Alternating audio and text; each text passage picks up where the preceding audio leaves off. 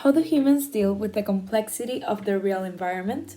Well, they reimagine it on a way that it's easier to understand.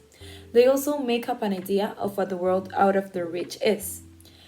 This fiction is what Lippmann calls the pseudo-environment. The pseudo-environment stimulates behavior and actions on the real environment, therefore, the political behavior. However, these do not portray real results or performance. Each individual's fictions, ideologies, their pseudo-environments are called public opinions. However, when these are shared by a group or expressed by an organization, we can call them public opinions with capital letters. This text was written in 1922 in the context of printing press, radio, telephone, telegraph, and cinema. Most of these being mass communications media, which messages are symbolic products.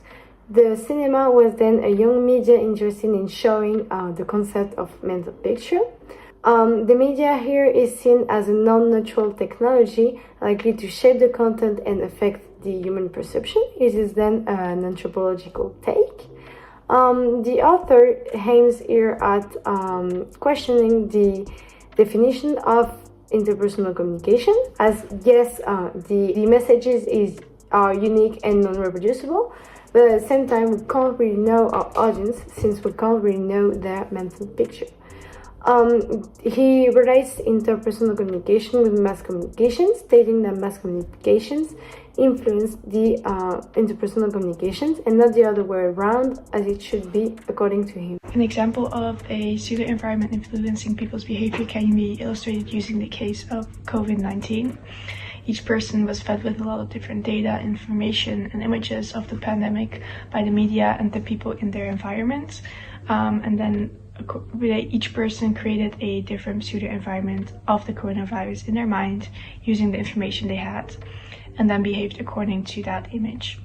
For instance, imagine one person consumed news that said the virus is very dangerous and created a mental image of the coronavirus being deadly and very contagious. And because of that, wore face masks, which prevented contaminations in the real world, so it affected the real situation. While his neighbor heard from his friend who got COVID that it wasn't that bad, and then that person created a mental image of the coronavirus being not as severe and did not take any measures, which also affects the real world situation.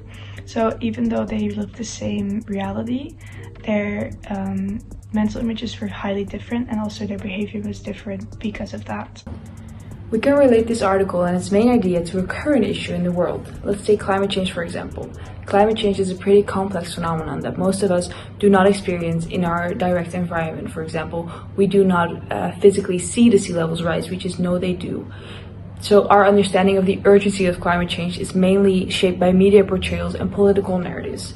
Some narratives show climate change as a big threat, whereas others talk about the inexistence of climate change. These conflicting narratives really create different pseudo-environments, which lead to people taking different actions.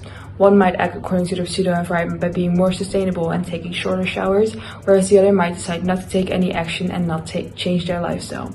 These alternating actions then both lead to an effect in these people's actual environments, which then lead to an effect in climate change. With this example, we can thus conclude that the way people act is not based on knowledge they gain from their immediate environment, but rather on pictures made by or given to themselves.